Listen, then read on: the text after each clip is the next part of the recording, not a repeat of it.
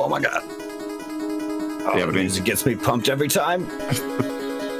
Oh, I gotta wake up. It's the 8-bit show. Everybody. Wake up, wake up, wake up. Wake up, wake up, wake up. Because it's the 8-bit show. Welcome to the 8-bit show. Oh, now it gets a serious voice. How's it going, guys? Hey. Good morning. Top of the morning to y'all. I don't know when I started getting into doing those intro things, but I like it. You just get so pumped. Music has pumped you up. Yeah. It lets me know. It's my signal to be excited. That's true. Should be excited. We got all the things to talk about today. oh, do we now? All the things? All the things. It's been a crazy news week. Like, So much news. so much is going on. So much. It's insane. You wouldn't believe it. Yeah, like the dire wolves are coming back. They're gonna come back. Yeah. Which we won't really talk about because they're not video game related, but it's interesting. It is interesting. We've Jurassic Parked them. As Yeah, because they're not actual dire wolves. They're something else. Yeah. And that is almost scarier. Well, I think the effort is pretty interesting, right? Because it's all about like it's trying cool. to bring back extinct animals. It's an interesting way of conservation. But you know, like you're trying to replace that like niche or that niche in the like ecosystems or whatever they fit into. yeah, I think the problem here though is that they're just so damn concerned whether they could. They didn't stop to think whether they should. Yeah. Next thing we know, we're gonna have dragons. Oh, actually, I'm down for that. I'm not. I'm a fairly small guy, you know. And dragons, they're big. They're typically big. Yeah, but I mean, we have that how to. That's literally called How to Train Your Dragon. So. Oh, I thought we do have that documentary on dragons. Yeah, we were just talking about the other documentary, Reign of Fire, about dragons. I don't know this one. You know that movie, Reign of Fire? Nope. Never heard of the guy. Reign of Fire? Christian Bale and Matthew McConaughey. No. What is this? How have I never heard of this? This sounds... It's like dragons in like modern time. Came out in 2002? What is this? You don't know that movie? This is a good movie. That was a good movie. Yeah, this looks like something I would love. I mean, it's a ridiculous movie. It's not... Yeah, no, exactly. Definitely worth a watch. But it's fun. It's really a fun movie. Yeah. I have to check it out. Yeah. I mean, documentary about dragons in a post-apocalyptic future. Indeed. Yeah, you guys remember the dragon apocalypse of 2002? I do. Many of you weren't born yet. I mean, yeah, the younger generation won't remember. The before 4. The before 4. So yeah. I'm Franky 1029. Those lovely voices you're hearing are Two Littles 505 and CoffeeAndCorndogs. Hello. So yeah, let's We've kind of already got off track, huh? We talk about video games here. We do. So if you just joined us, that's what we actually do instead of whatever we were talking about. Yeah, let's hop into it. Let's get into some news. Newsy news. Sweet. I have multiple Nintendo articles here, but I kind of just want to roll them all up into one because there's not a whole lot to say on them. So I mean, that's fair. I'll bring up some little small bits that I got real quick that I thought were kind of cool. Yeah. And and another game that kind of surprises me, like No Man's Sky, where they just keep like popping out new stuff. Vampire Survivors got another free update DLC thing. This one is also crossover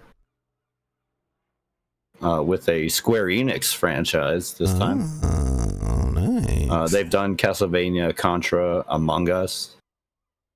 Now they have with Square Enix, they went with the like not a overly popular franchise. They went with the Saga franchise.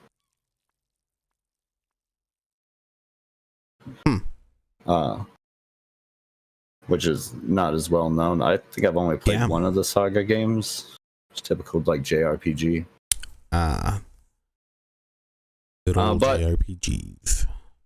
The free content added more than 16 playable characters, a new stage, 7 new tracks, and of course everything else all that comes with. So a big jump in material there. Yeah, that's pretty hefty, I'd say.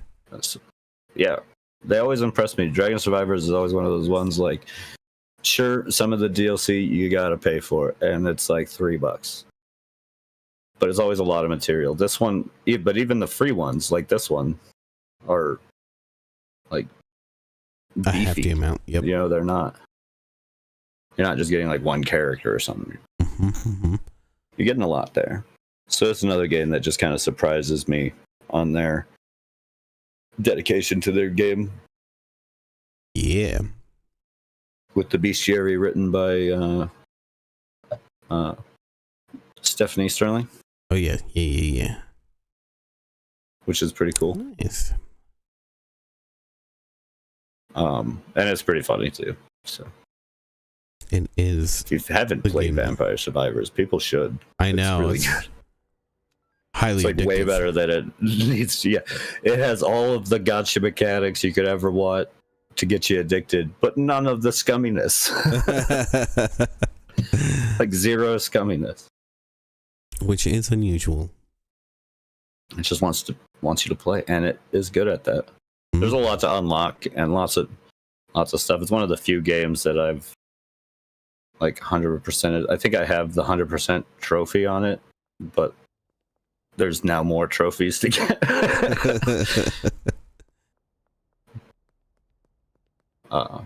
Nice. One of my favorite games. Yeah, it's an excellent game. Yeah, another update news, although this one's not out yet. Elder Scrolls Online has a huge update coming. Yeah.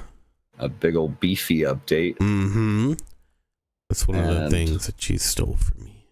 Here in the 8-Bit Show, we were big fans of the ESO. Right. I want to jump into it again, especially with this. What Hey, in a couple of months. This is June. June. All the things for June. In a couple months, they're releasing a big old update, which is expanding the main story. Yeah, that's what was really interesting to me. The Cult of the Worm story, which is super cool. I actually quite enjoyed the story to ESO. I've played through it like a number of times now with a few different characters, but at least like the main story. I think the other like area stories and DLC stories, some of them are really good, some of them are kind of meh. Agreed. But the main story was like really fun, so I'm excited to see them. Yeah, I actually think in terms of the Elder Scroll universe that I usually I'm not like super into the main story of the Elder Scroll games. It's usually a lot. No, usually it's side stories. Yeah, exactly. But the like ESO really caught me. That's a good like epic. Yeah. Epicness going on. Yeah. And I mean, I just Abner. What's his last? I forget what his last name is. Old Abby is what I called him. I just love the interactions of all the characters with him, because he's a real stick in the mud. So it's good stuff. Yeah, I think it's cool that they're gonna do more, and then they're adding subclassing on, which is a new thing, which will add way more like combination varieties going on. Yeah, the opportunities, as you'll be able to get skills or use some of your skill points, of which there are a shit ton of, to purchase skills from a different class tree, and use like one of those. Apparently it's a bit more expensive, like it's like double the price that it normally would be for skill points and stuff. Oh, okay. Which again isn't too big of a deal, because that you get a lot of skill points in that game. Like I'm sitting on like over 50 plus, I think, at this point. Yeah, I have no idea what my count is, but yeah. And most of it's just because I'm not quite sure what I want to put them into yet. I have all the skills I need for, like, you know, actually doing combat and stuff. But everything else is just kind of supplementary right now. Yeah, exactly. It's like, okay, I'm gonna go do a bunch of scrying, so I'm gonna go put a shit ton of points into my scrying ability real quick. Hold on. Oh my god. Yeah, I need to hop back into that game either which way. So that's cool. There's quite a bit going on. There's some new, of course, there's new like armors and everything else. All the updates typically come with.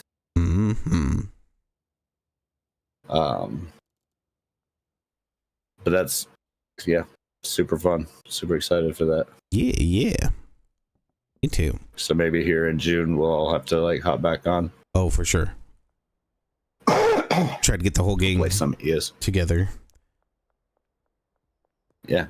What were the party size for?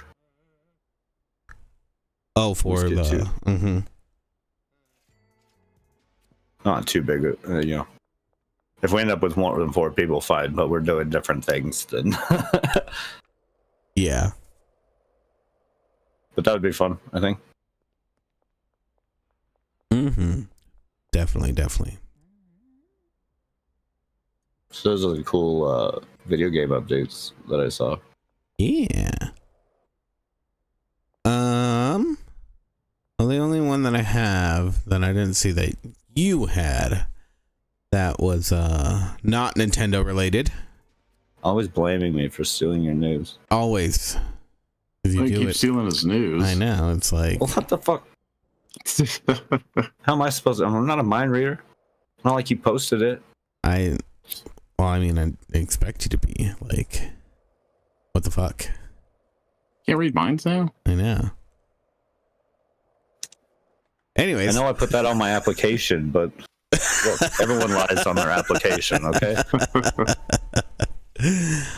So The Last of Us has they're launching the complete bundle, which is going to be 110 USD. Which that's just launching on PlayStation, though, right? Yeah, for PS5. I don't know, these like relaunches of old games.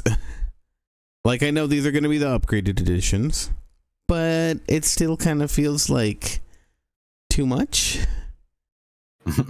You know, I mean, it's $55 for each. This isn't as egregious as Nintendo right now, but it's not showing a lowering in price, really. If you didn't already own the games, but you were interested in checking them out, it'd probably be cool. Like, it wouldn't be that big of a deal. I think it still is a kind of a big deal. It's not as bad as Nintendo, because, you know, like, I get it for the Breath of the Wild stuff. It's like, yeah, those are, you know, more than full price for the HD upgrades. I mean, is it coming with anything besides the game? Actually, this is a good question. Does it come with the DLC? I did not notice. Yeah, does it come in with the Left Behind, whatever DLC. It's complete, so okay, yeah, then it probably would be. Yeah. Which again, it's not as egregious. It's not as, oh my god, everything's so expensive.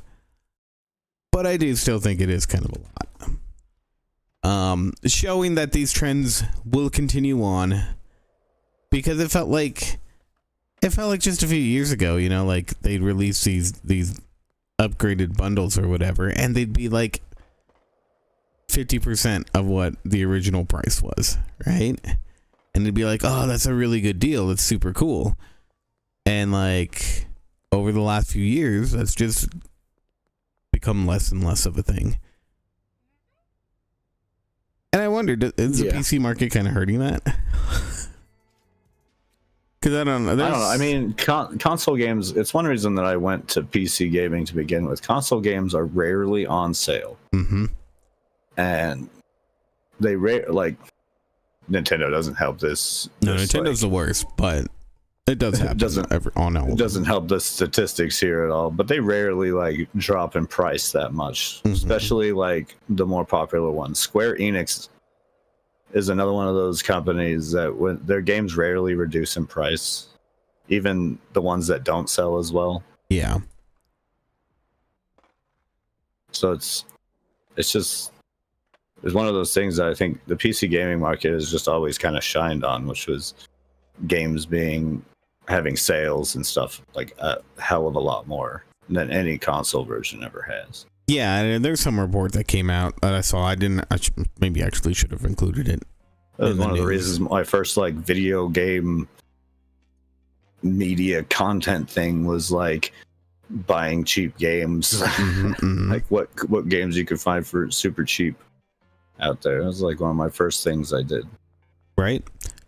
Well, yeah, like the barrier to decent gaming on a PC can be pretty high, but you make up for that with all the sales that happen all the time.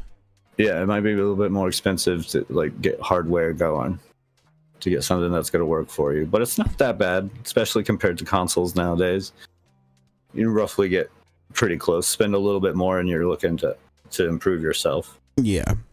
And then just with the deals alone that you can get, I mean, you know, we all do it like every year, you know, fuck the Steam summer sale because my wallet can't take the hit. Right.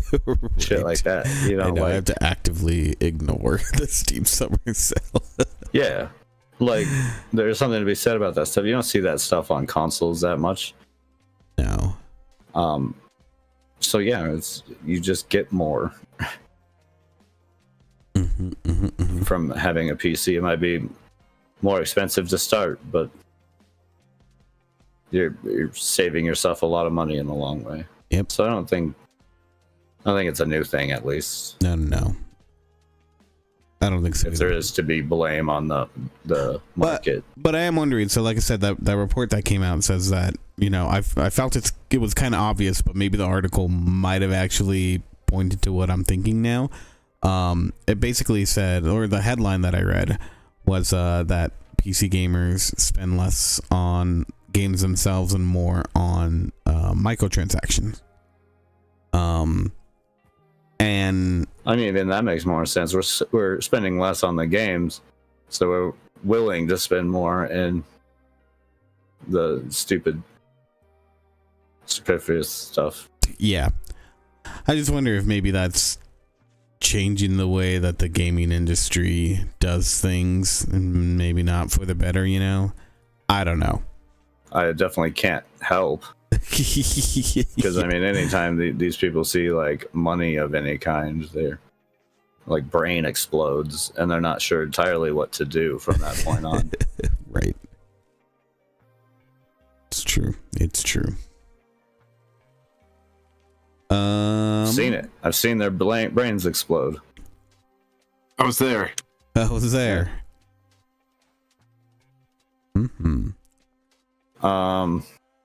Anything else Nintendo wise? That was Nintendo. That was Last of Us. That was all. Oh. Yeah. Right. Okay. That was something different then. Yeah. Okay. Well, shoot. I got other stuff. Yeah, go into it. Go into it. Do the things. Microsoft fired a couple employees who publicly protested the company for supplying AI tech to the Israeli military. I did not hear about this. So last Friday, two software engineers vocally protested using the use of Microsoft AI's technology by the Israeli military, which they did, some boycott stuff.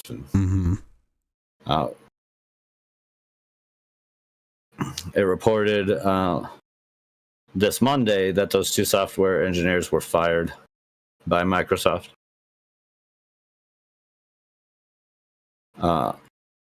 They were terminated on the grounds of just cause, willful misconduct, and disobedience of willful neglect of duty.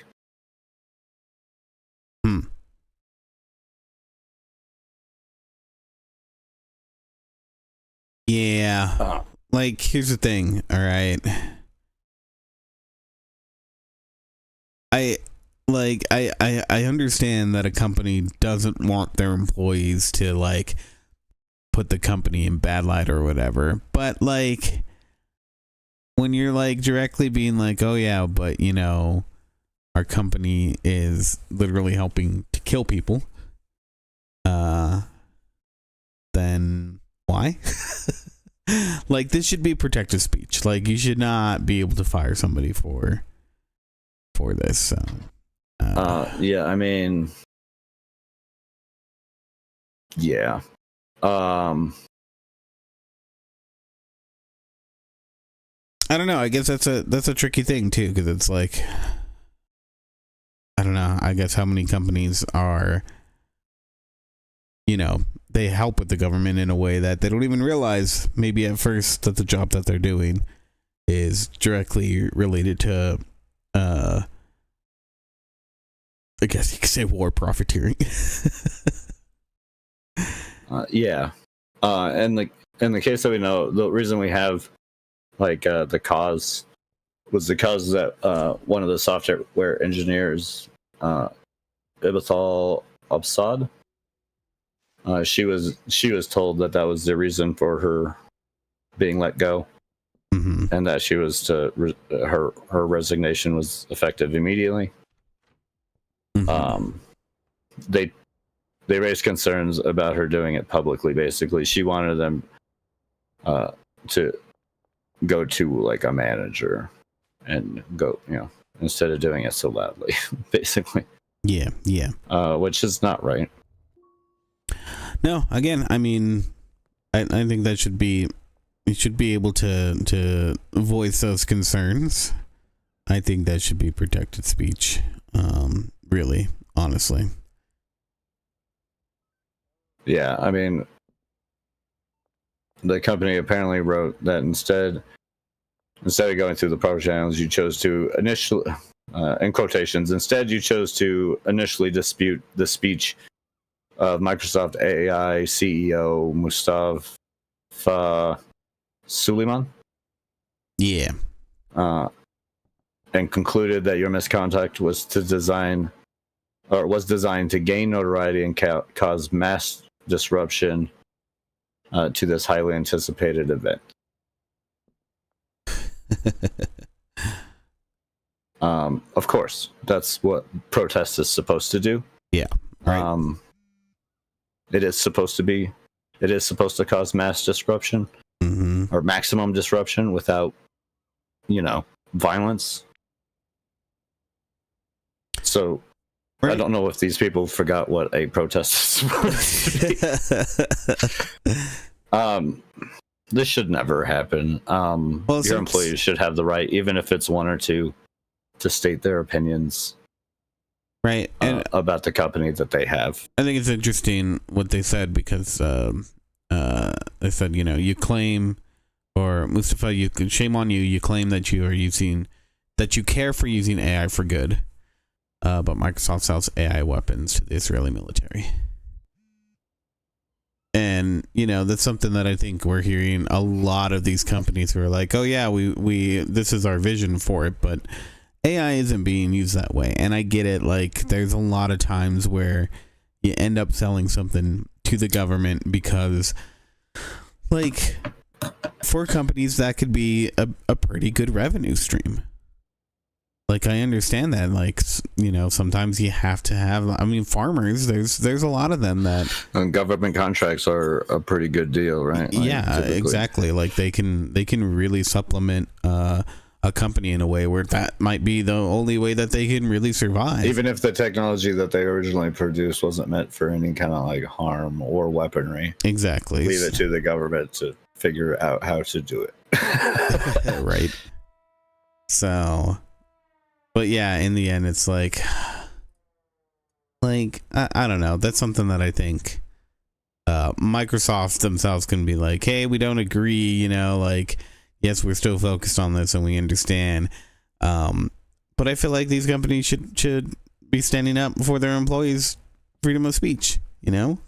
Like, yeah, I mean, so apparently in one of the emails that was received, Abbasad clarified her stance. And she says, in writing, she says, I spoke up today because after learning that my org was powering the genocide of my people in Palestine, I saw no other moral choice. This is especially true when I witnessed how Microsoft has tried to quell and suppress any dissent from my coworkers who tried to raise this issue. So it seems like other people had tried to use the proper... from this kind of statement, it seems like people did try and use the proper ones that they wanted her to use originally. Or the proper channels. Yeah. But nothing happened. And instead it kind of, you know, they got quelled and suppressed.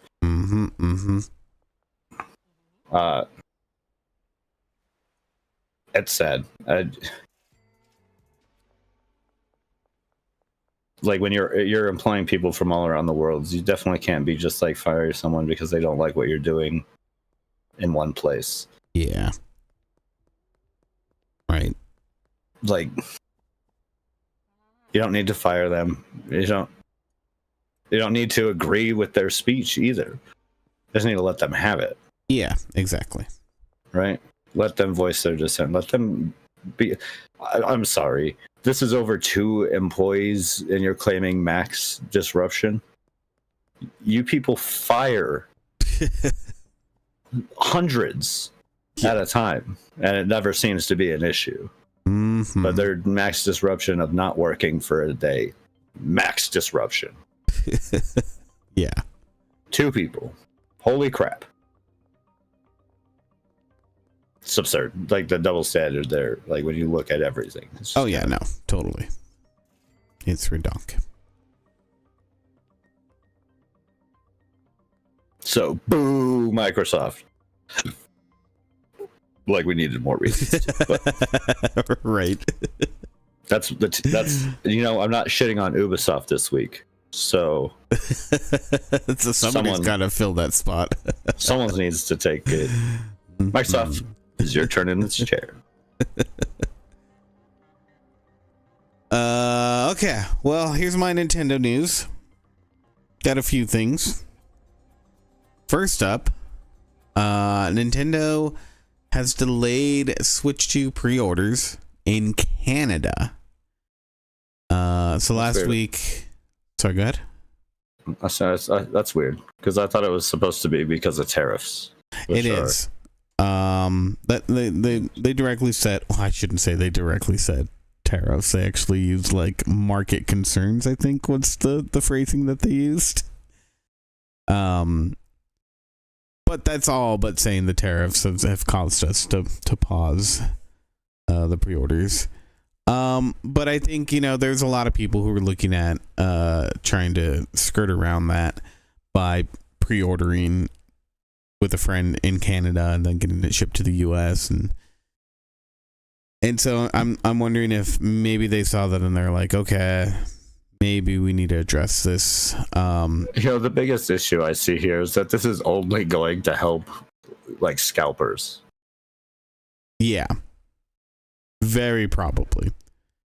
The longer you hold these, the more you restrict them, the more the scalpers are going to get their greedy mitts and then charge insane amounts. It's true. So yeah, they're holding the pre-orders. They haven't said when that's going to open up yet.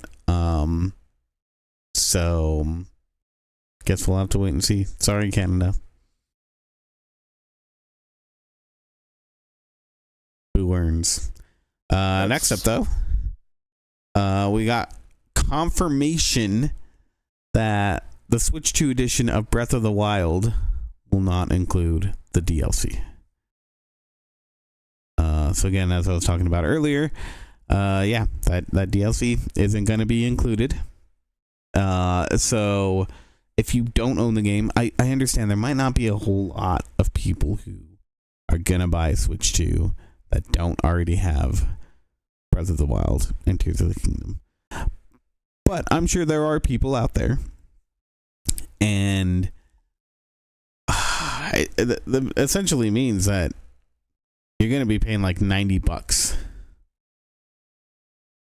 for the enhanced version if you haven't owned the game before. Jesus Christ. Yeah. If you want the full, complete experience. I am just holy cow. Yeah.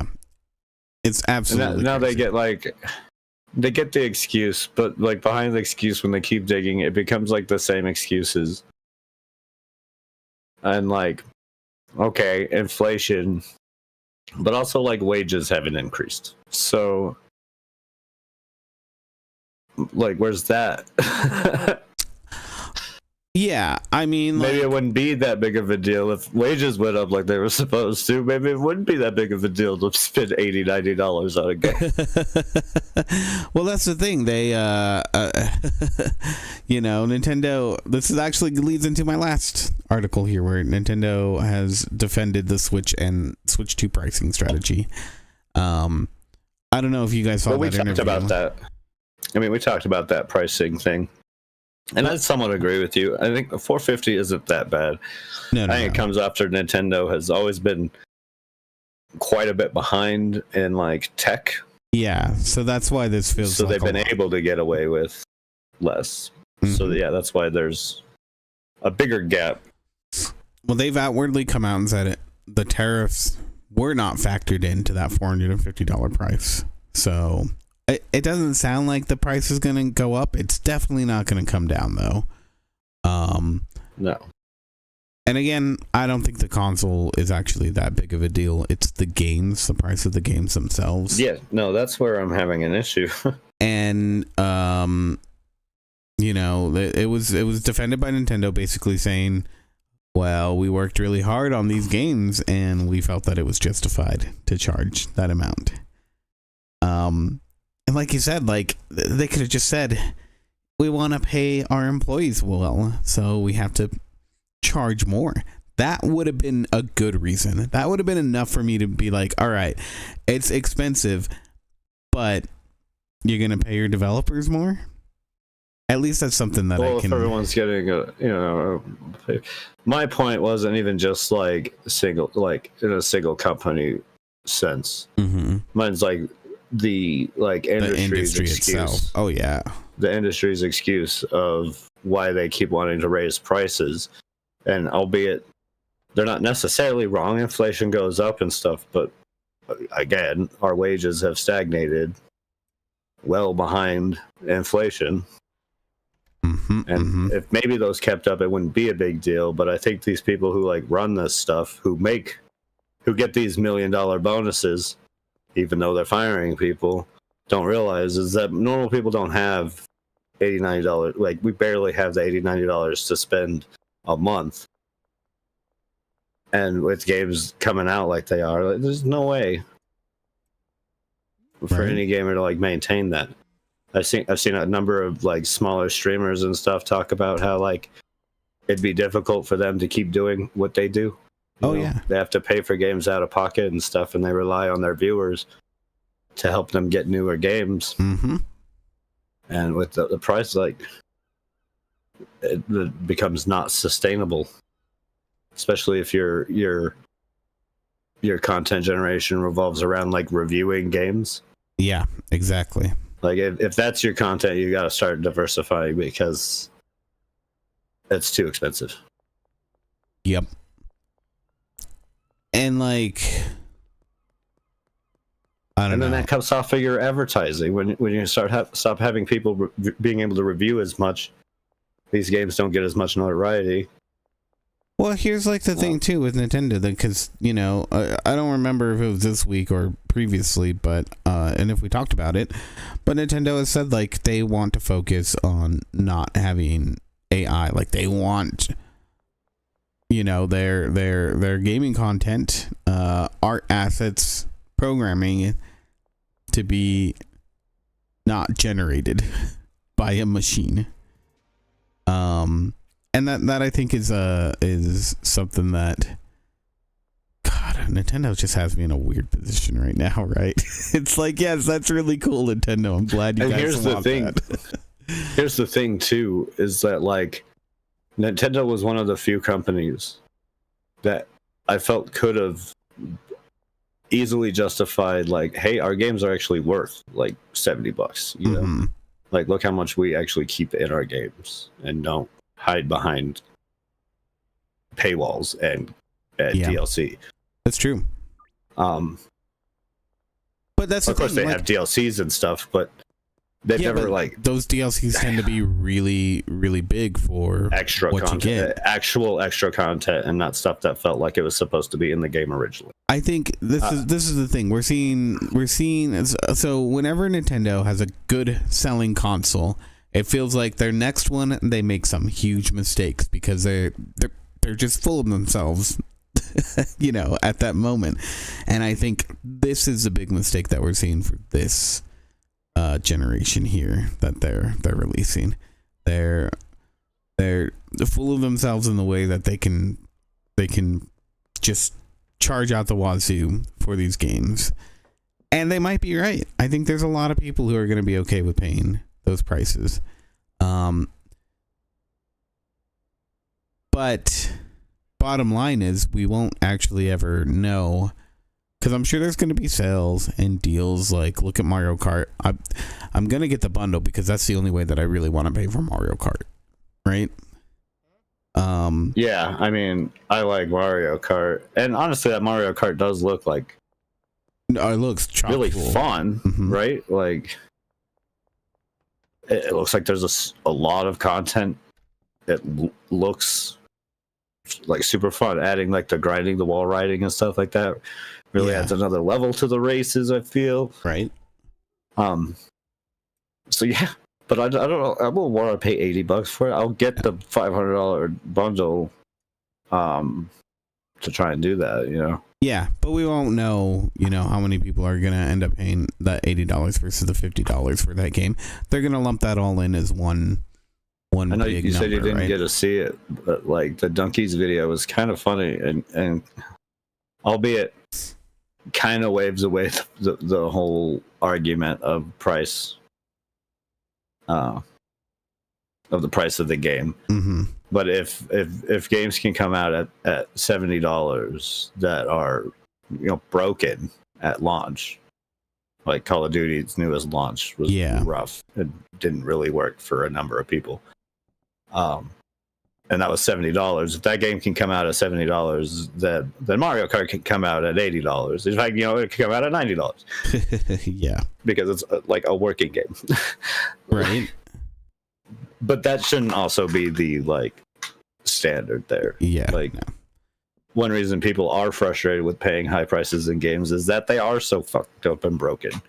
Maybe Nintendo is the only one that can get away with not having a completely broken mess at a game launch. But we're also looking at the rest of the industry drooling over the fact that this works so they can charge more.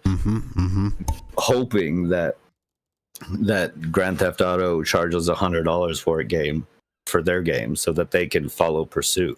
Yeah. But we're talking about like, I doubt Grand Theft Auto is going to be like a perfect launch either. But we're talking about games that have a more likely chance to be like a complete game at launch. Over the ones that don't. Like, come on. Yeah, no, exactly. Should not be a metric. Games should work. Remember when they were on? They had to put them on a cartridge, and updating them was impossible. So you needed to make sure the game fucking worked. Yeah, and that didn't always happen. There was a number of buggy ass games, and they were just buggy. From that point on. That's why they all ended up in the New Mexico landfill. There's a take on good or bad there, but at the same time, at least there was like a rush to make sure that everything was working. Yeah, exactly. I don't know. It's all shady at this point. We'll see. But yeah, so those are kind of the updates with the going ons in the Nintendo world. So there you go. That's all the news I have. Okay. Well, let's see. I've got two other things, really. One being that Star Wars Battlefront 2 has apparently had a really bad couple weeks and a worse couple days. It seems like currently every game mode in Battlefront 2 is unplayable, as hackers are preventing people from spawning into the map. It started out 2 weeks ago when it was kind of just here and there on some of the bigger like Galactic Conquest maps and stuff. Or Galactic Assault and Conquest maps. But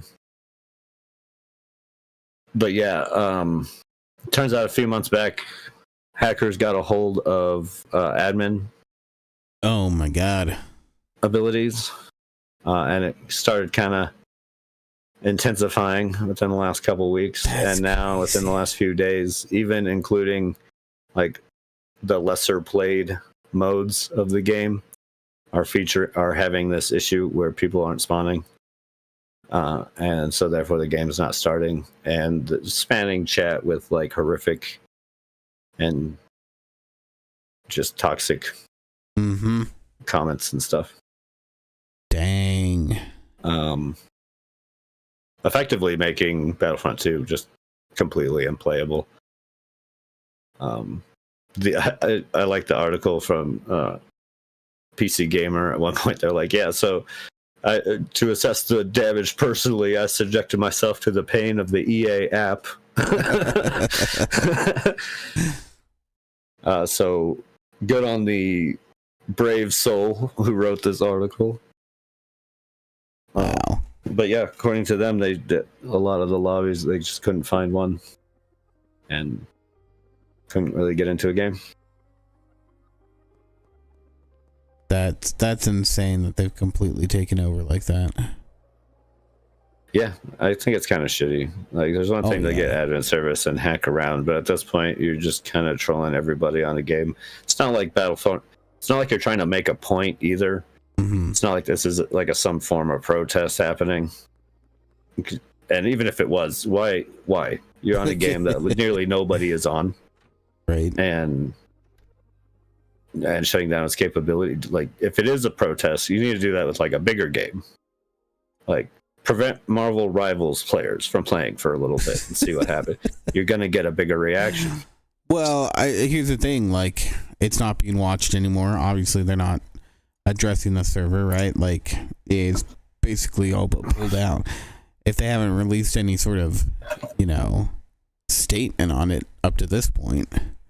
Yeah, the PC Gamer said they reached out to EA, but haven't heard anything yet. Yeah. Or haven't updated with anything, so. Yeah, so it's one of those things where it's like, all right, exploit was found. Now everybody knows about it. Let's go for it. Because that's the thing that, like, the worst thing is that apparently the access and stuff was found a few months back, Like they should have had this fixed already, even if not many people working on this game. It's still a game that you're at least halfway supporting. You should probably fix that. I doubt anybody looks at it more than to apply, and honestly, it's probably an automated reboot that they do of the servers. Nobody's looking at the servers. No way. They just have it up and running to have it up and running. But and that's the thing. Like these hackers, they don't care about anything other than causing mayhem. You know, there's no reason to hack these games. If they had, if they were actually even if they were trying to protest something on something small like this, if they had like a purpose behind it, it might as well be like, okay, I can get behind that part way. Yeah. But this is just to be mean. Yep. To troll. To be a troll. Trolling. But I did find it interesting that the whole game is shut down. Yeah. It's unfortunate for those people who are still in there enjoying it. There's so many good things that you could have done with that admin access too. And basically could have just like... Actually, we need some white hats given access to like go in with this admin access and fix it. It's only pull out all the information so that when like the game inevitably shuts down, you can keep servers going. You remember start up new ones. There's that virus that was getting into routers, home routers, and basically somebody was going around. I'm assuming it was our government. Somebody had reverse engineered that virus so that it would patch itself. And then they released that virus out onto the internet. They released a virus to kill a virus. It's super, super clever. And did they release it? Did they have to hire like an elite team of hackers? Maybe. It's quite possible. One of them being Angelina Jolie. Maybe. Very, very possible. I do know, I can confirm that when they were hacking, there was beautiful lights and colors on their faces. The screens were so bright. Yeah, there's only one better type of like hacking, and that was Johnny Mnemonic. Actually, where they needed a dolphin to help them surf the web. Or Jurassic Park was pretty good. You know what I love about Jurassic Park is that like it's this weird visual style of navigating this file system, which no one would ever do. But the file system was pretty inherent, right? Like watching it, you're like, oh yeah, that makes sense. Well, yeah. Well, she even says, she's like, oh, it's a Unix system. Like it is laid out like a Unix system, 100%. And it's funny because like anybody who would be trying to get into the system would probably think that like, why is there a GUI for the fucking Unix system? And go, oh, it's a Unix system. So it's kind of accurate. It's, yeah, in a weird Michael Crichton type of way. Yeah.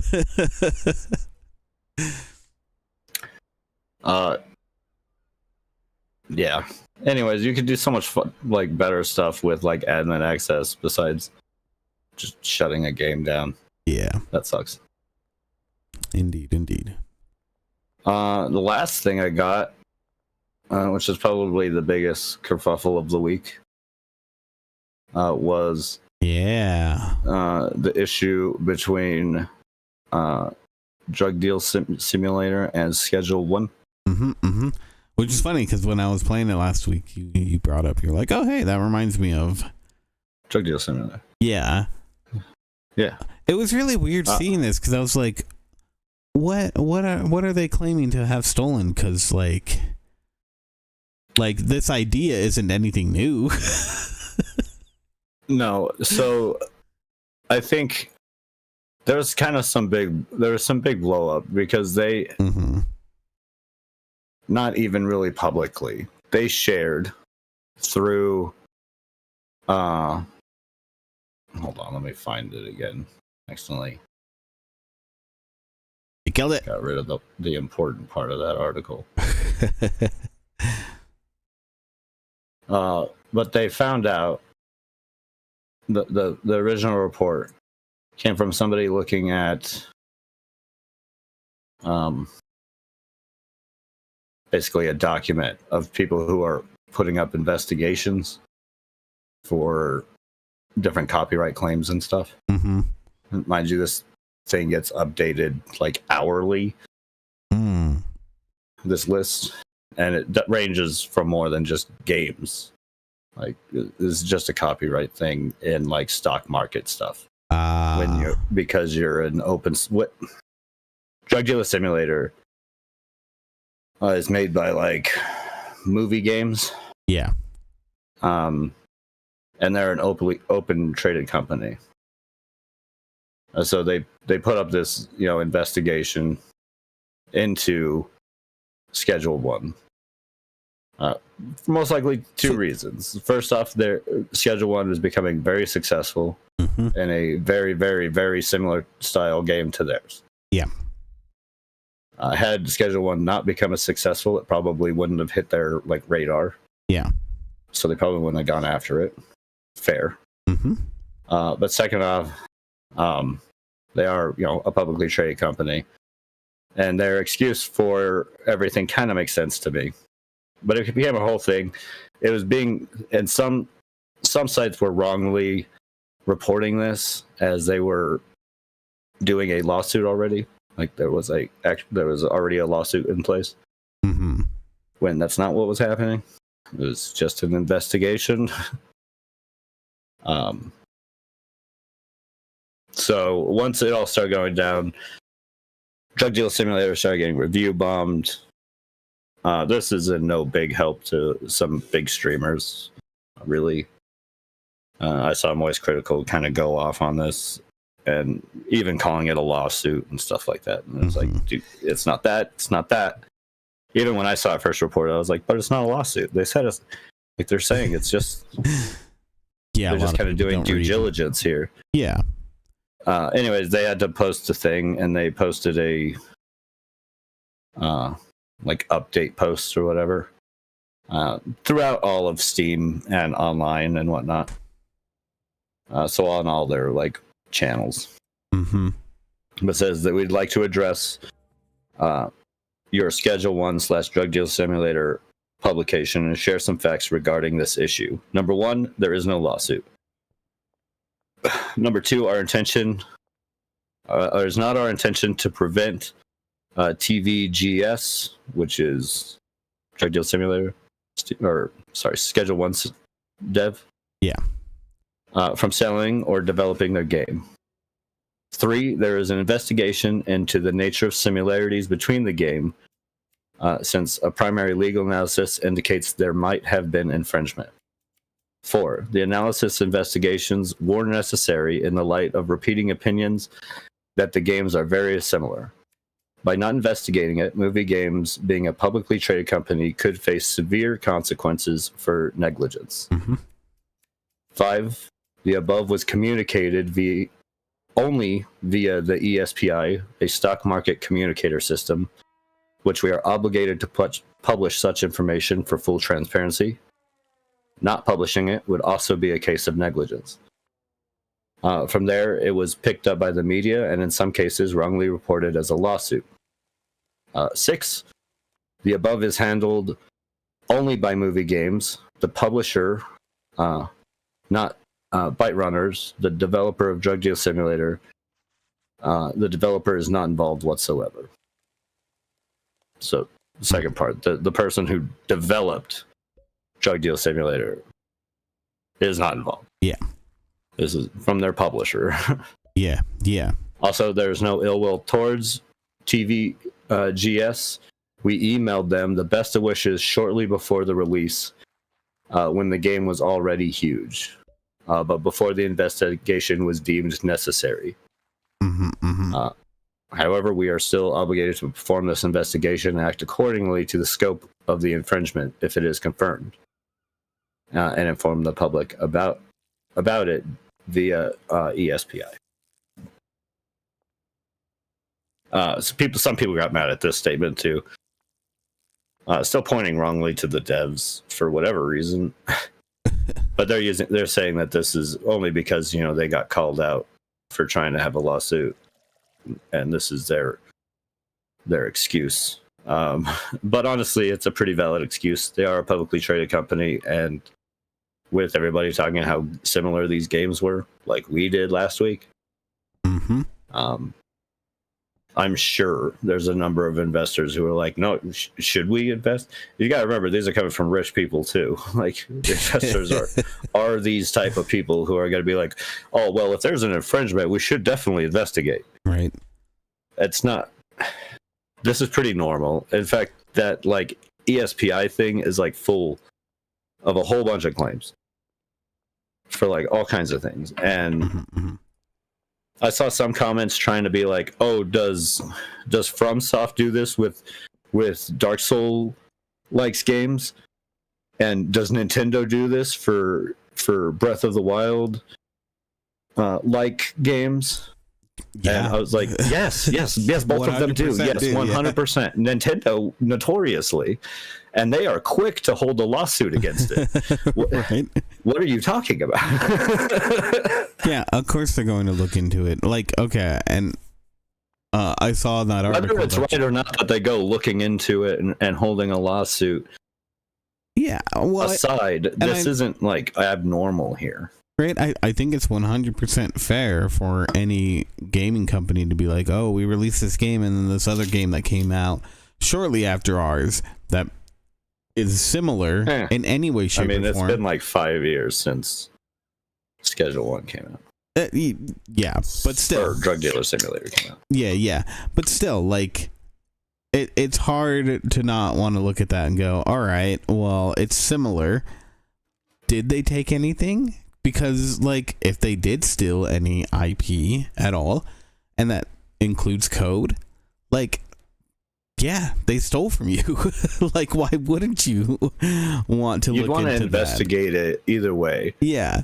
And people are putting it on, like, they're jealous or whatever like that. And again, the developers had nothing to do with this call. Right. Nothing to do with it. So who's jealous? Yeah. No, I mean... Okay, the people who are jealous are the investors.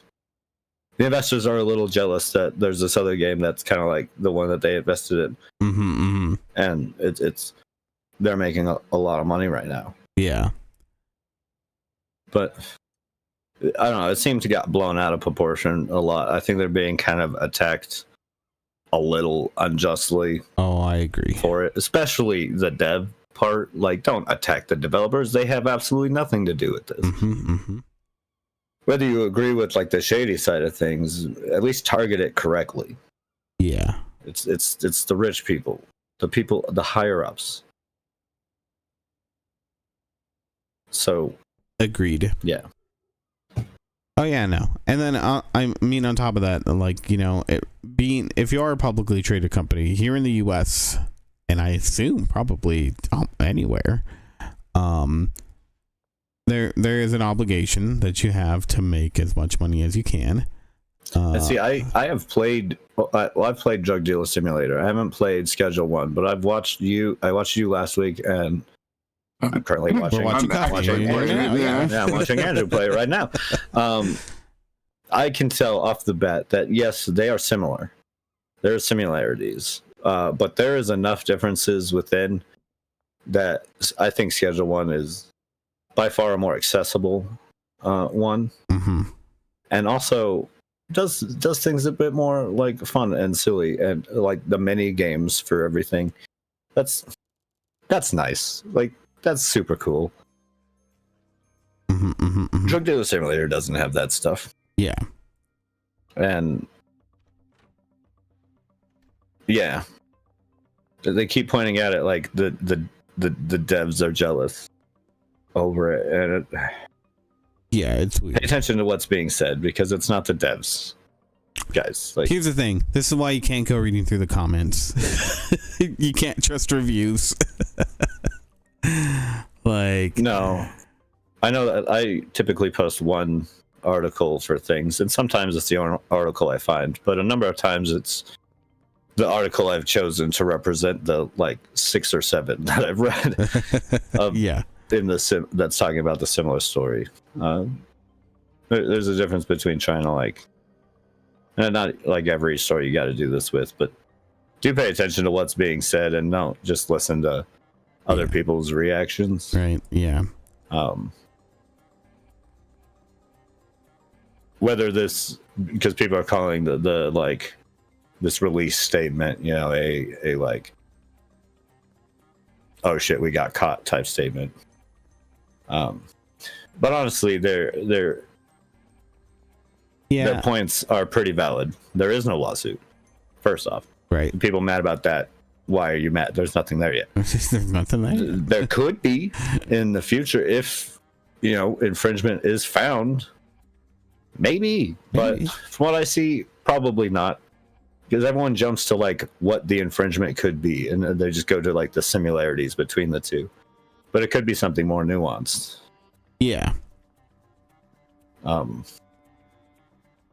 So we just don't know.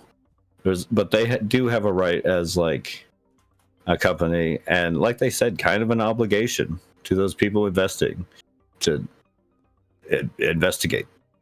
Or to the, you know, investors to investigate these things. Indeed. So,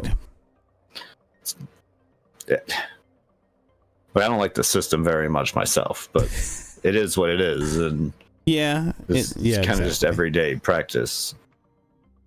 Right. And yes, Nintendo and FromSoft and every other company has done this have done these investigations before. Yeah, right. All of the time. All the time. This is par for the course. It's fine. I guess unless it's like, again, they need to hit like a certain point where they get put on a radar for these companies. Because other than that, there's no point. So yes, there is a level of like how successful Schedule 1 became, of why they're now on like a little bit of a chopping block or whatever. But I doubt it's even that much. Like I said, I see enough differences between the two that I don't think they'd win anything off the bat right now, unless it's something like code related or something that I can't see. Yeah. Yeah. Yeah, I think so. I think that'd be the only way. Unless it's something I can't see, I don't think that they're close enough that any judge would, even if it went to lawsuit, any judge would give it to them. Right. So, yeah, it's kind of blown up for no reason over the week, but it was like the biggest thing of the week.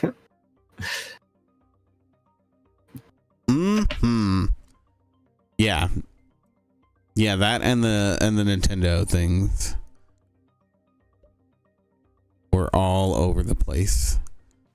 Tons of articles on him. Honestly, I see why like Schedule 1 like does better than Drug Dealer Simulator. Like I said, it's just kind of more appealing on a casual basis. What I looked at for Drug Dealer Simulator, it's more technical. It seemed like. I don't know because I haven't played it, but I think it's more trying to be like gritty, over silly, and exactly. It's by the same the same people who brought like Thief Simulator, so it's just trying to do like a job simulator type thing. Yep.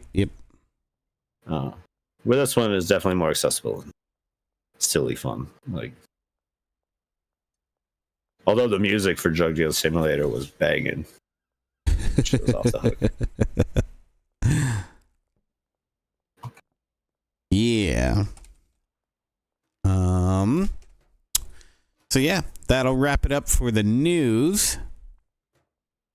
What do we got? We got some release dates. We got some games coming at you Do you? this week. Did you actually look it up Probably. this time? Nope. I don't have to go and like help you. Nope. You don't have to help me. But I did not pre-look it up. Oh my god. Jesus Christ, I can't trust you for anything. Whatever. All right, so we I was got, wondering when you were gonna just call me an asshole and move on. we got Dive the Depths. Yeah, I'm ignoring it right now. That's coming out on the PC on April 15th. Lost Records, Bloom and Rage Tape 2. No comment. Okay, moving on. Lush Foil Photography Sim. That I've been looking forward to. Ooh, that's hot. I haven't, but Finally. Photography's sim for the rest of us. Monument Valley. This was a pretty interesting looking game. 1 and 2. I believe these came out on the PC. That's coming out to Switch on the 15th. So get that with your tax refund. Because that is tax day. So hopefully you've done it by then. Because Uncle Sam's gonna come a calling now that. All right, I'm getting too political. Kitchen Wars, April 16th. That's coming out on the PC. Indiana Jones and the Great Circle on PS5 on the 17th.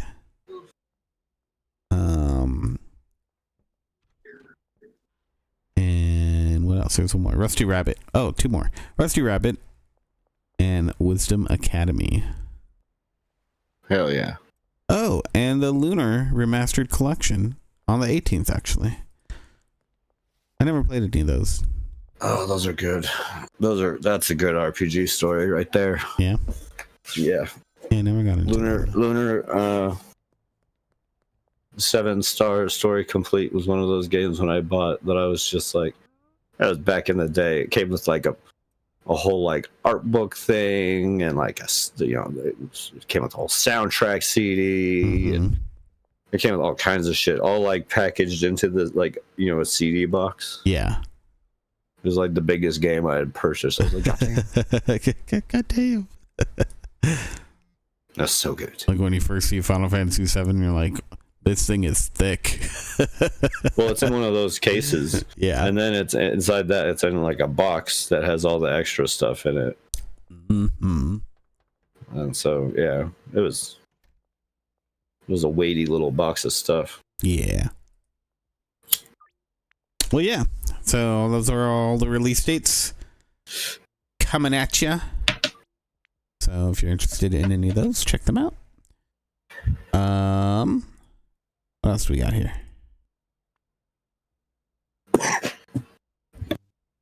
Anything? Nope. Okay. Well, let's get into our weeks. Okay. Andrew went first last week, so I guess I'll start. Oh my god. That's his tradition. Jesus Christ. We told you it's not going away. As long as you can. Yep. I will. And I'm going to help him. Never going to hear the end of it. Nope. So I haven't been playing much of anything. I ended up getting sick. Oh. Yeah, I know. It's annoying. Why would you do that? I'm still a little under. I don't know if you How can dare hear it you. in my voice, but I didn't mean to. I thought you were just tired from staying up till 3 a.m. playing Rivals. I have no idea what you're talking about, sir. Oh, okay. But I do bite my thumb.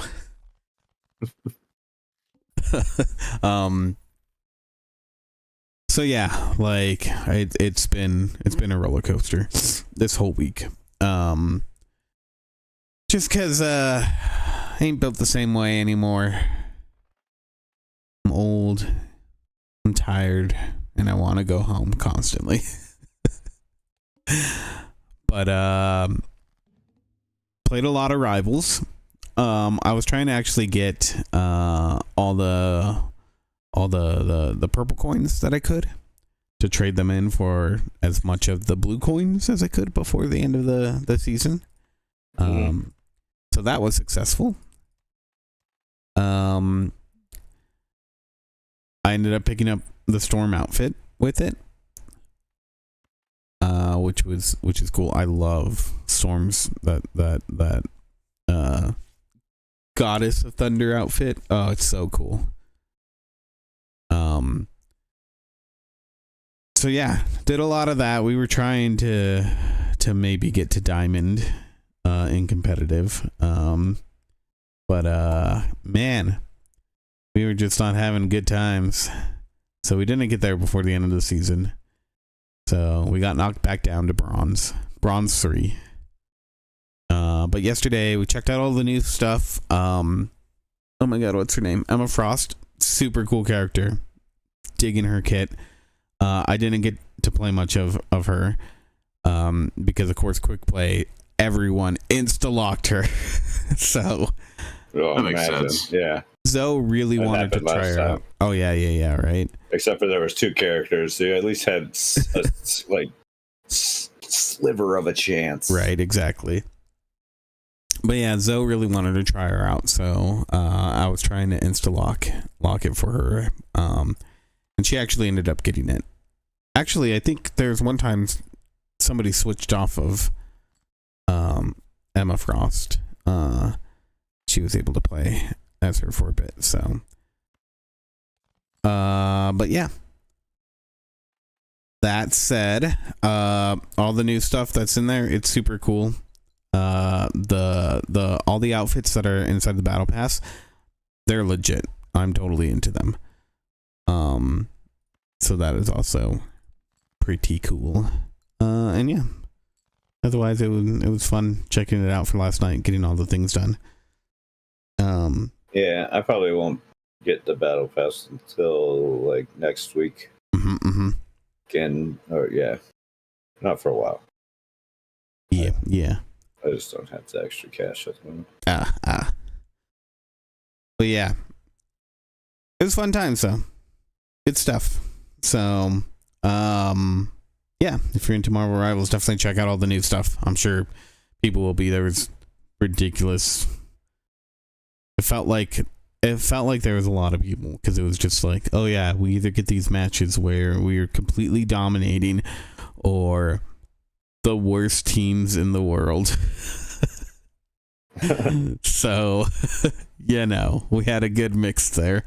But I went back and looked, and none of our matches were bot matches. So yeah, servers must have been flooded. Well, I'm sure they were. New content always does that. Yep. Yeah, that makes sense. Yeah, new season. Mm-hmm. Excited for the new shit. Yeah. New shit. I continued on with my rewatch of the Spider-Mans, Tobey Maguire Spider-Mans. Yes. And I can say almost definitively, because I remember the third one being hot garbage, that number 2 is definitely the best one.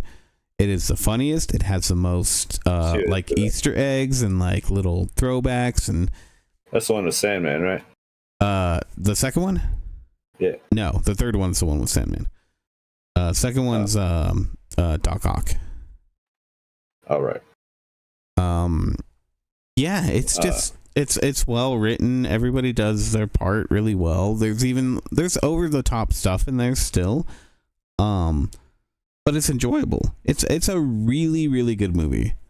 It's well put together, so yeah. I really like the Sandman. Sandman was cool. In 3, but yeah, that may be why he stood out more, because the rest of 3 was so bad. Not good. Like not good at all. Have you watched any of that new Spider-Man cartoon? No, I haven't. I really should, but I haven't. I figured you would have hopped all over that. No, I do want to. Maybe one day. We'll see.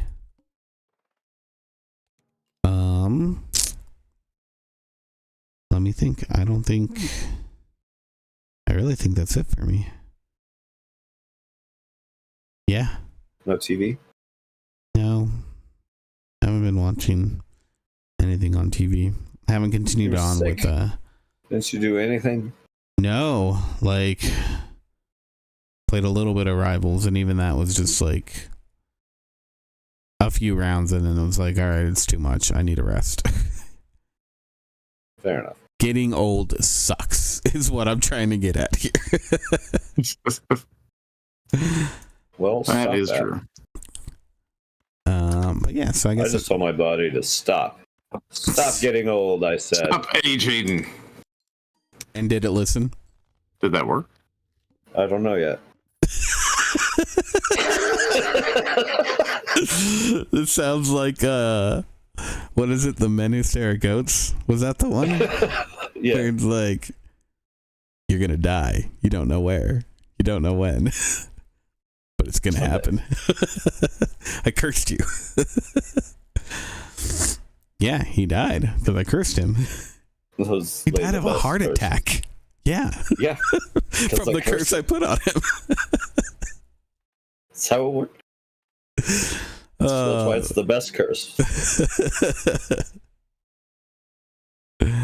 Works every time. Every time. So yeah. That's that for me. Coffee, you want to go next? Yeah. I did some stuff. Yeah. Let's see. I don't think I watched like any movies this week, but I watched a bunch of TV. Good TV? Some of it, yes. Okay, good. Some good TV is better than no good TV. Christian checked out most of the stuff with me. Mm-hmm. We watched that Common Side Effects from Adult Swim. Yeah. All right. I thought it was really how good. is that? It's like really interesting. It's cool. It's definitely you guys were telling me about it, right? I think so. Probably. I like it. We talked about it last week. I might have talked about it last week.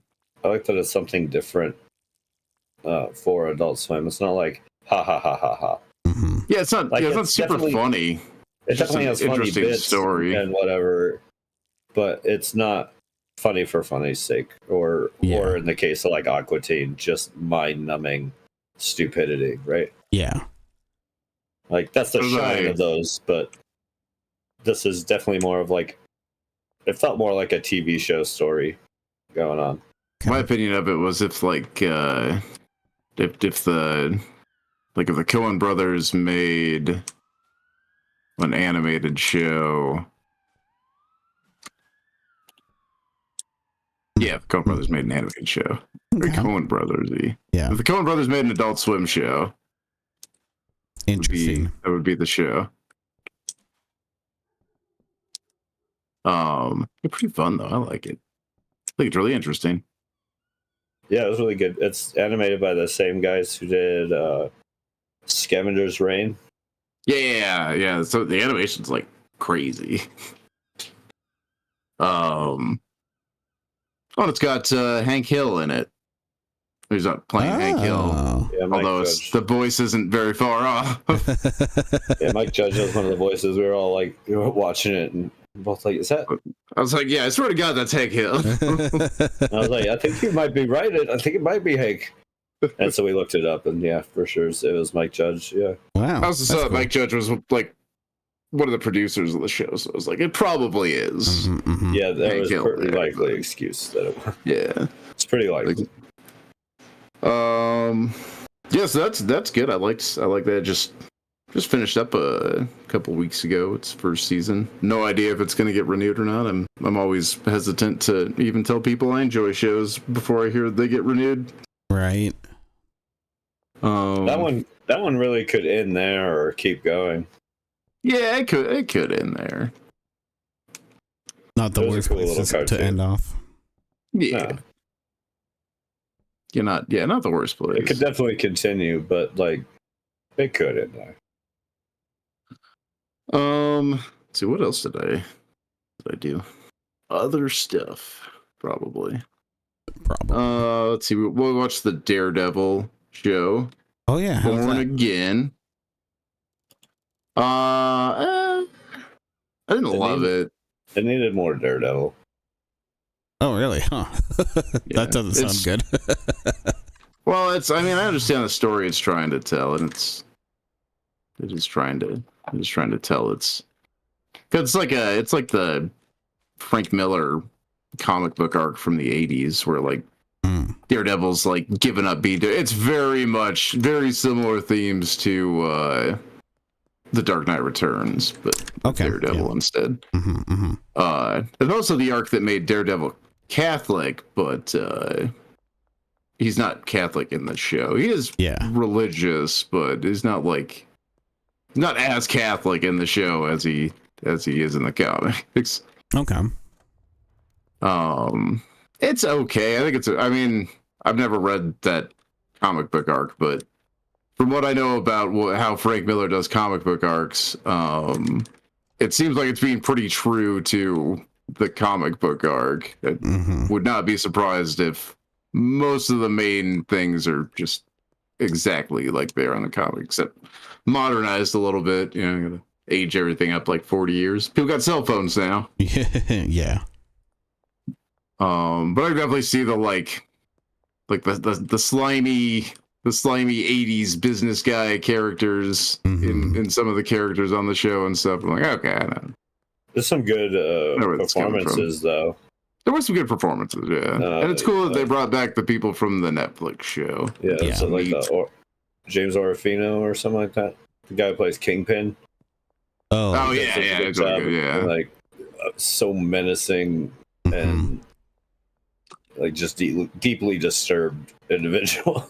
Oh no, he was great in Hawkeye and Echo. Echo. I forgot you did that. Good callback. Of course, everyone else does a pretty good job with their performances, but yeah, I think I just felt it lacked Daredevil. Vincent D'Onofrio, that's his name. That guy, yeah. From Full Metal Jacket. It was like he was wearing a suit, like an Edgar suit. At one point, he gets. At one point in the show, he puts on like classic like white suit, like white on white suit. Oh yeah. From the comics cartoon. He looked pretty sharp. It was yeah. I agree with Andrew.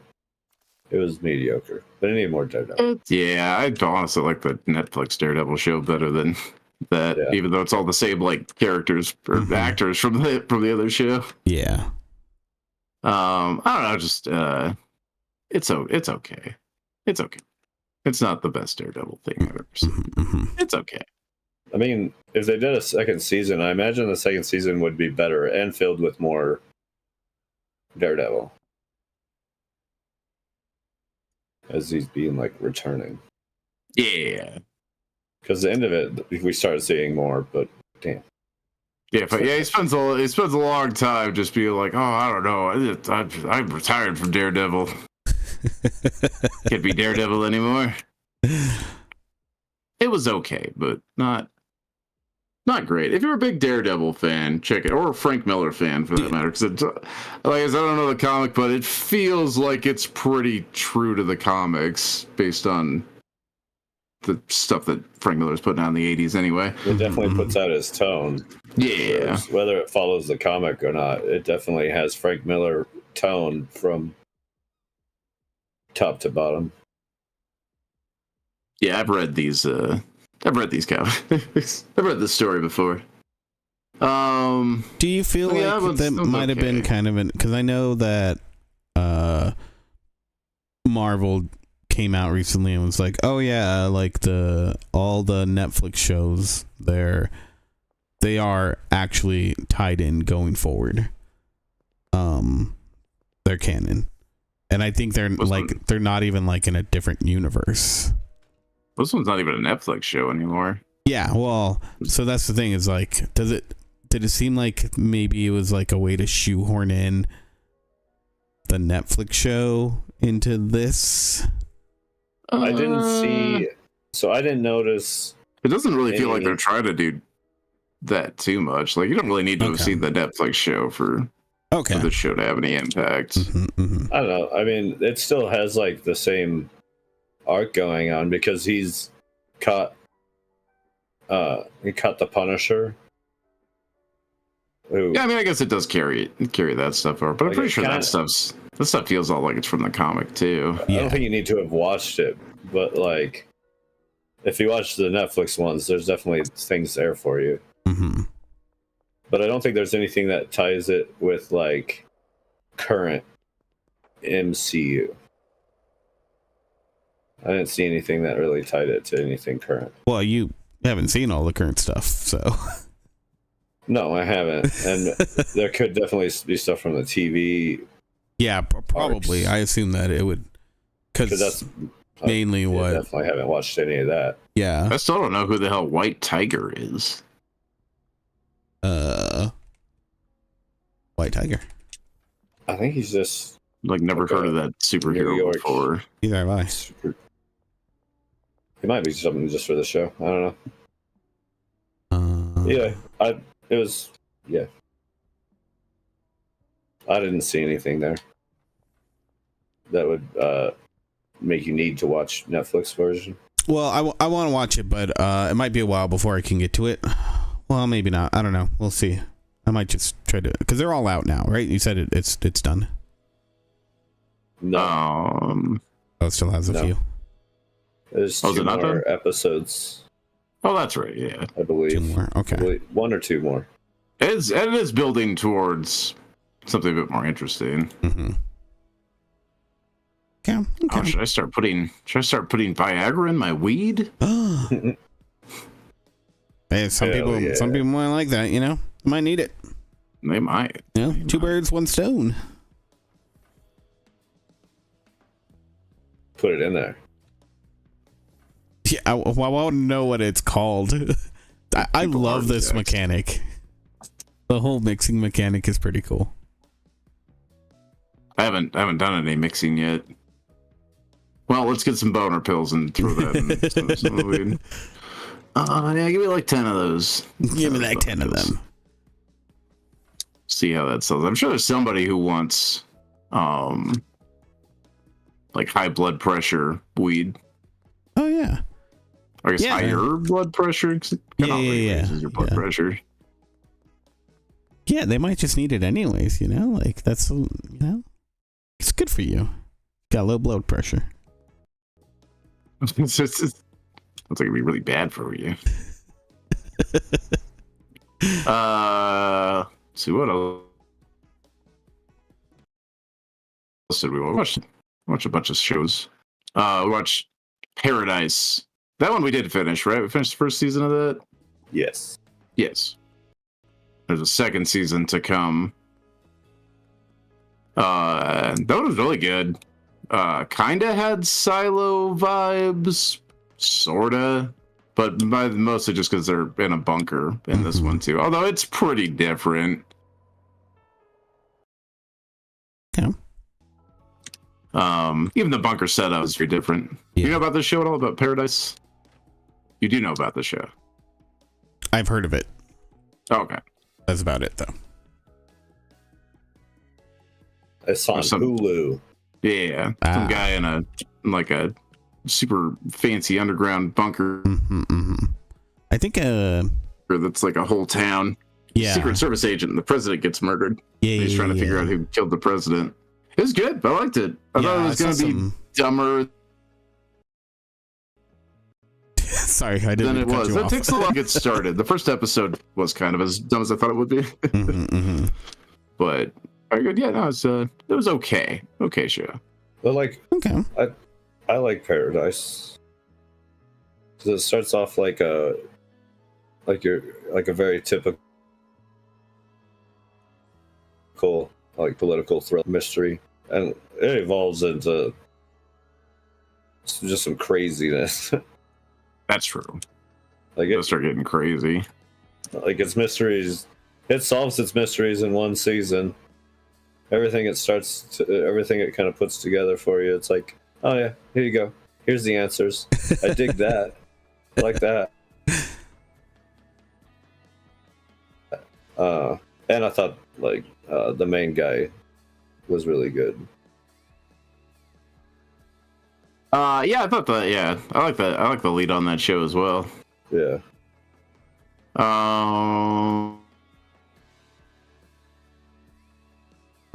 Also watched I started watching the Apple TV miniseries Dope Thieves. That's pretty good too. I only watched the first episode, but it's pretty cool.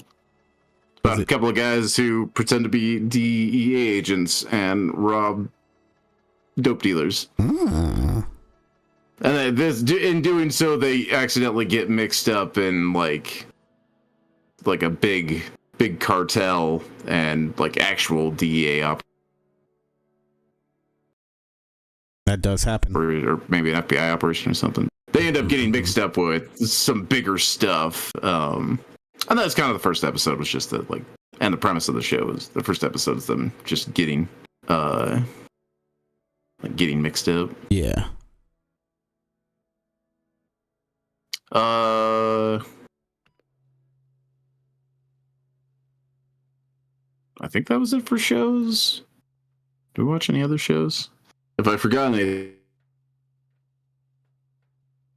I don't know. You checked out a number of shows for us to like watch, but oh, that's true. There was one show I checked out. I I started watching the White Lotus, and I understand why people like that show, but the only part of that show that appeals to me is like the messy sheep down inside of me that just thrives on drama. That's the only thing that appeals to me about that show. Other than that, like, it's just like I don't care about these characters. The story's not really that interesting. You just have to really love the drama. Mm-hmm. Wedding Ass. It's what I made with weed and Viagra. Hell yeah. Yeah, sour diesel and Viagra makes Wedding Ass. Good to know. Got 10 nugs of Wedding Ass now. It's refreshing. Yeah, refreshing and tropical something. Mm-hmm. Wedding Ass.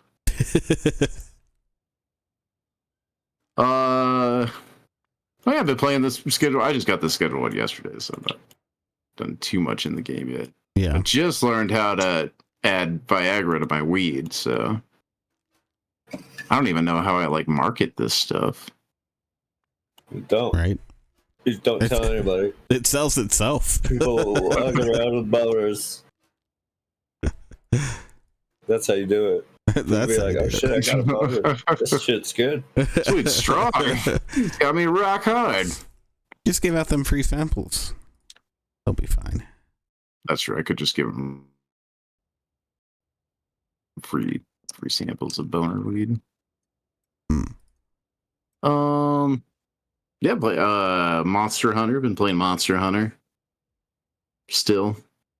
I still like it. A bunch of people are complaining, like, "Oh, there's not enough content in this game." So I'm still playing the shit out. I'm like 225 hours or something. I'm still playing the shit out of the game. You play like every morning, huh? Yeah. I could just do a few hunts.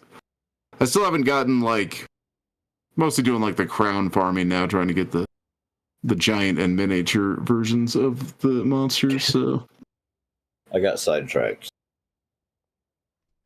Yeah, you start playing other games, yeah. Oh, you fired up Yakuza. Yeah. I wish you joined me on more hunts. They're so fun. So I'll play some more. Promise. I don't know when, but I will play some more. All right. See that you do. Yeah, I think that's about my week.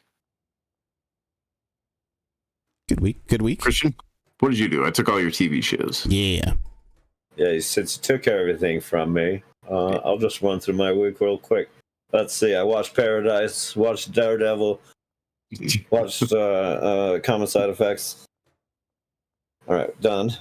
No, you did miss one of the shows that we watched. What was that? But I decided not to mention anything because I figured I'd keep it for myself. Devil May Cry. We watched the Devil May Cry anime. Oh, I thought we talked about that last week. I think you guys did a bit. Did we? Yeah.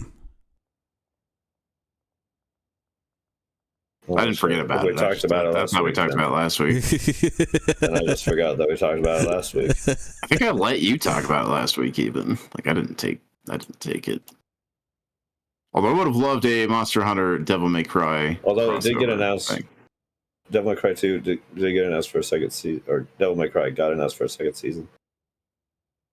And Paradise. And Paradise. So 2 shows at least that didn't get canceled after 1 season. Mm-hmm. They were really bad about that for a while. Yeah. Yeah, it kind of sucked there for a minute. Let's see what else. Yeah, I started playing Infinite Wealth, Yakuza Infinite Wealth. Because I was trying to finish Like a Dragon. Yeah. Did not before it left Xbox. Oh, yeah. I went to go continue playing, and it was like, hey. You can't. Shit. They send you to the store so you can purchase this game. And I was like, hey, wait, no, that's not what I wanted. So now I moved on to Infinite Wealth, which has been a lot of fun. It starts like near the same spot. I'm assuming not too far after where the game ends. Mm-hmm. The last game ends. But it's been cool. I like the new combat system. They've done like it's more or less the same, but they've done some things to like give you better control over the fights. Mm-hmm. You can like plan where people are gonna go. Flying, like the direction they go flying, and then you can have like back attacks. You can send your opponents like into your teammates for them to like combo off. Oh. Most of the stuff has come back. There's still like the pound mates from the first game, and they act like a little different. So it's just like small little mechanics have changed, and then there's a number of new mini games that I've yet to find and discover. But it's pretty much the same funnel Yakuza that it always is. Mm-hmm. When you first start the game, you're all like in a suit. Your hair is all slicked back finally. Like you don't have like the crazy hair you did in the first game. Yeah. And then like the time comes where you're called to be a hero again, and he goes and he takes out like he like fluffs up his hair to his afro again and stuff. It's pretty charming. And, like I didn't play through the all of the first one, but there's definitely some bits that like play off of each other. Mm-hmm.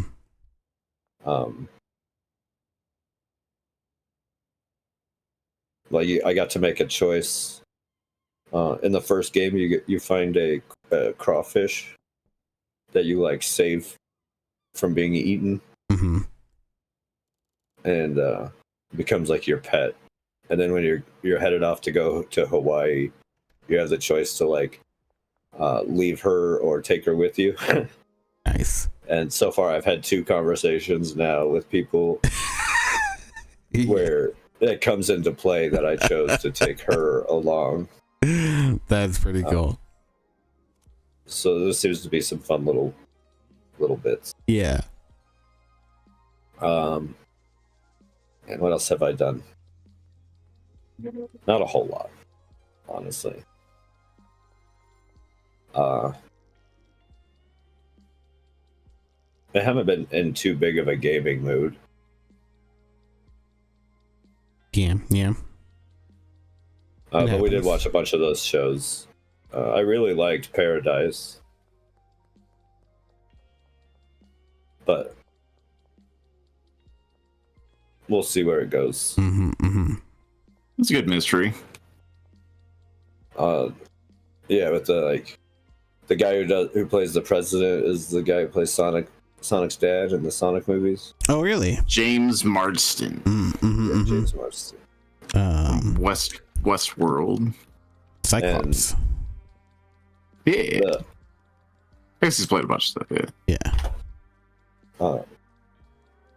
The main lead guy is like one of my favorite opening bits for Brooklyn Nine-Nine. He was in it. What's his name? It's James Kelly? James K? Oh, Sterling K. Brown. He's in Brooklyn Nine-Nine? He's an episode. He was in an episode, like an opening bit. Which one? It's the one. It's the one where he needs to.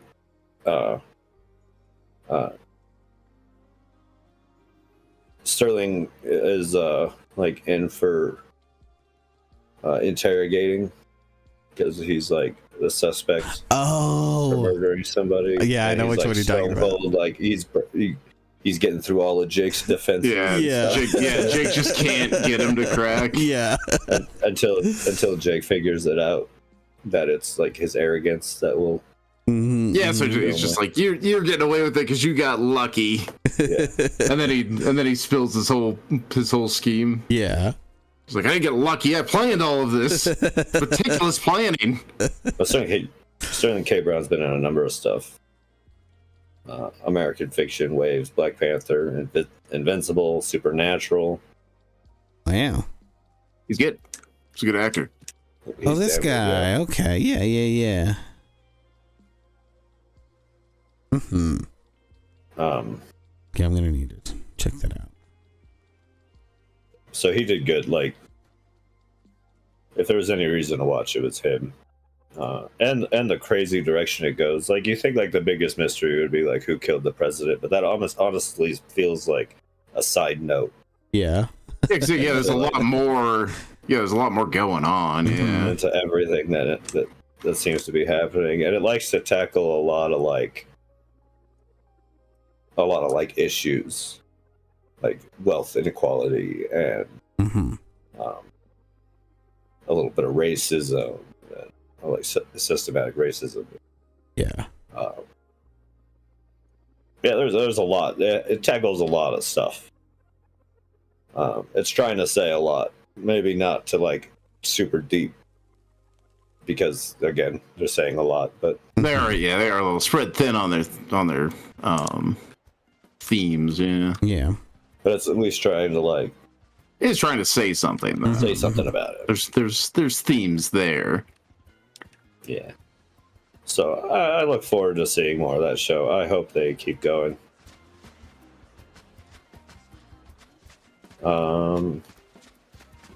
Yeah, shoot, what else?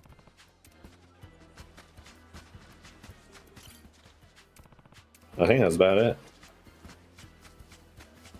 Yeah. Not too bad. Yeah, I really haven't done much of a week. Yeah, no. Mostly watching things.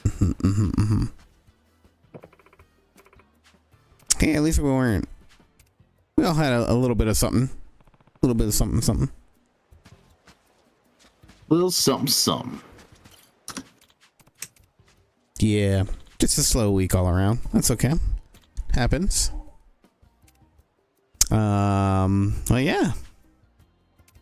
Guess we'll end it there. Will we? We should.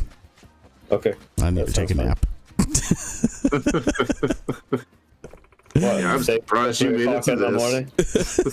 I don't know what you're talking about. But yeah, we're gonna do some rivals later tonight. Are you guys in for it? Oh yeah, I'll probably join you guys. Yeah. For a little bit, at least. Yeah. Sweet. Well then, we shall call it there. Let me start up this music that we have. Got some music. Got some sounds, tunes. Some goodbye music. Yeah. It's always so sad. Goes from pumped to sad. But he sings every time. So that's what you get here on the 8-Bit Show. A sad, mournful song. Mm-hmm. It's kind of an upbeat song, but whatever. It's got its holes. All right, so yeah, catch us here every Saturday on the Twitch, the YouTubes, on those sites, as well as on our website, classicgamingbrain.com. You can find our Discord. So join us there, play some games, chat along, do the things. And yeah, we'll come at you later on today with some rivaling. Anything else? Guys want to add anything? No. Huh? No, I can't. Yeah. I think it covers it. Well, thank you, Two Littles. Thank you, Coffee and Corn Dogs. Lovely as always to have you guys here. And it's my pleasure. Thank you, everyone, for tuning in. We shall catch you guys next time. Love you. Bye. Bye. Bye.